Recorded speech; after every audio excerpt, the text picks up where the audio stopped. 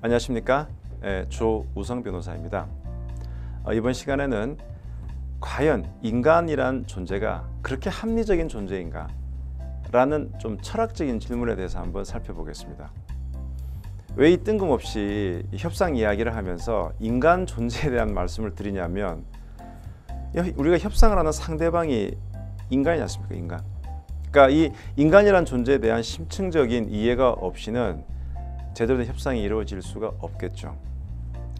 자, 여러분 그 고사성어 중에 조삼모사라는 거 아시죠? 중국의 옛날 고사성어인데요. 원숭이를 키우는 그 사람이 이제 사과를 7개를 주는데 아침에 3개 주고 저녁에 4개 줄게. 그랬더니 막 원숭이들이 난리를 치는 거예요. 왜 아침에 3개 주고 저녁에 4개 줘?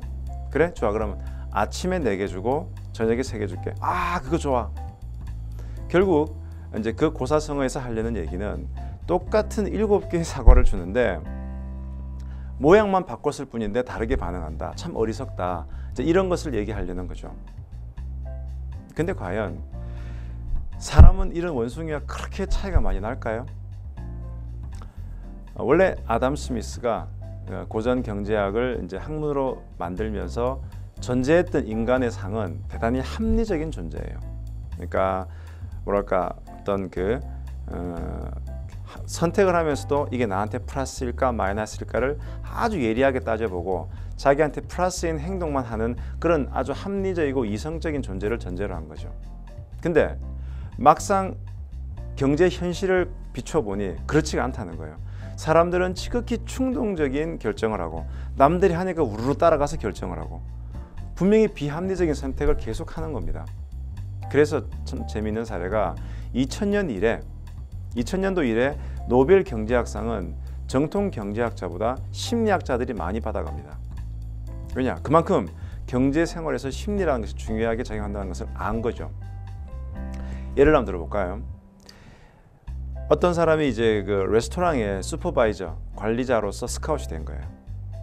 그랬더니 그 사장님이 이렇게 오퍼를 하는 거죠. 자네가 그렇게 유명하다면서 좀 최단기간 내에 우리 레스토랑의 매출을 올릴 수 있는 좀 수단을 한번 써보게. 그런데 우리가 그렇게 많은 리소스를 투여할 수는 없네. 그랬을 때 그 슈퍼바이저가 한 행동은 뭐냐? 딴 건 하나도 없고 그 메뉴판을 바꾼 거예요. 이 레스토랑의 가장 큰 매출은 그 저녁 세트인데 디너 세트가 보면 3만 원짜리, 5만 원짜리, 7만 원짜리가 있는 거예요. 그랬을 때 이 슈퍼바이저가 한 일은 별도로 10만 원짜리 메뉴를 하나 더 만들었어요. 음식을 몇 개 더 넣고, 그리고 그 10만 원짜리 메뉴판은 이렇게 금색으로 이렇게 도금을 해가지고 눈에 확 도드라지게. 자, 이렇게 메뉴판을 바꾼 것이 고객들에게 어떤 영향을 줄 것인가?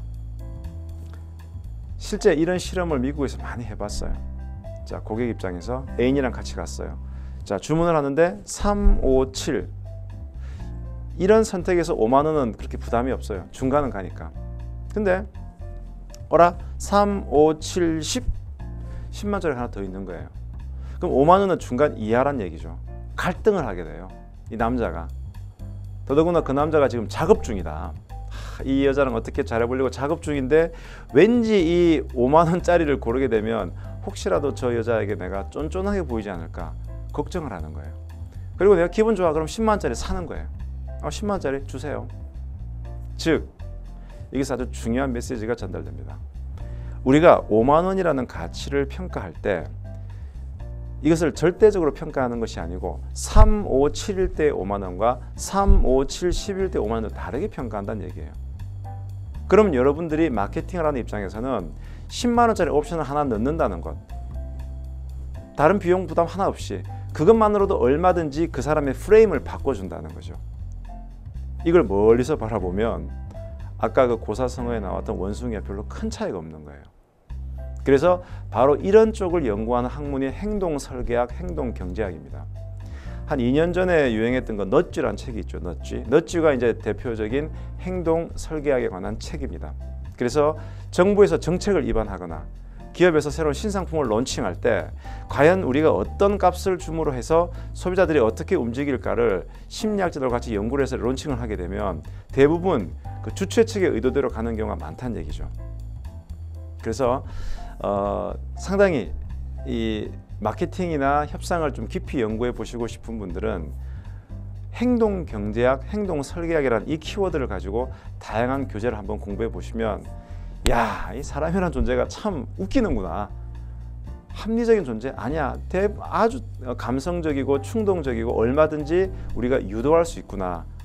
그런 것들을 많이 배우실 수 있을 겁니다. 협상의 고수가 되는 비법이기도 합니다. 네, 감사합니다.